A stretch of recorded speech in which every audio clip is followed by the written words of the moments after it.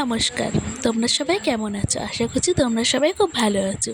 তো চলে এসেছি নতুন একটি রান্নার ভিডিও তোমাদের সাথে শেয়ার করতে। তো আজকে আমি রান্না করব মাছের ঝোল।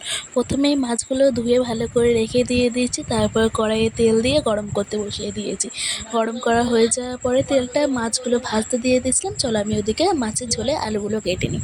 তো এখানে আলুগুলো লম্বা লম্বা করে কাটা হয়ে গেছে, সঙ্গে একটা প্লেটে পেঁয়াজ কুচি, টমেটো কুচি, আদা রসুন ভালো করে কেটে রেখে দিয়েছি। তারপর ওই মাছ ভাজা তেলের মধ্যেই আমি আলুগুলো ভাজতে দিয়ে দিয়েছি তেজপাতা দিয়ে। তো আলুগুলো এদিকে ভাজা হোক, চলো এদিকে আমি মাছের ঝোলে যে মশলাগুলো করে রেখেছিলাম সেগুলো মিক্সিতে পেস্ট করে নিই। তো এখানে আমি যে মশলাগুলো বলেছিলাম সবগুলোই তো আছে, সঙ্গে জিরে অ্যাড করেছিলাম। জিরেটা দেওয়ার পরে ভালো করে মিক্সিতে পেস্ট করে নিয়েছি। তারপরে এখানে সামান্য হলুদ গুঁড়ো, পরিমাণ মতো লঙ্কা গুঁড়ো দিয়ে দিয়েছি। তো এদিকে বললাম আমি আলুটা ভাজতে দিয়ে গেছিলাম, সেটা মোটামুটি ভাজা হয়ে গেছে। তো যে মশলাটা করলাম সেটাই এখন আলুগুলোর মধ্যে দিয়ে দেবো। আলুগুলোর মধ্যে দেওয়ার পরে ভালো করে একটু নাড়াচাড়া করে নিয়েছি, কারণ নাড়াচাড়া না করলে মশলাটা ভালো করে না কষালে সেরকম একটা টেস্ট হয় না। তো তারপরে দেখতেই পাচ্ছ যে মশলাটা কষিয়ে নিয়েছি।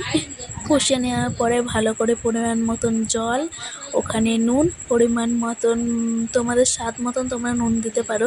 তারপর যে ভাজা মাছগুলো ছিল সেগুলো আমি দিয়ে দিয়েছি। তারপর একটু নাড়াচাড়া করার পরে নামানোর আগে মাছের ঝোলের মশলা অথবা মিট মশলা, আমার কাছে মিট মশলা ছিল তাই মিট মশলা দিয়েছি। তোমরা ইচ্ছা তোমাদের মাছের ঝোলের মশলা দিতে পারো। অবশ্য তরকারিতে মাছের ঝোলের মশলা দেয়, আমার কাছে মিট মশলা ছিল বলে আমি সেটাই দিয়েছি।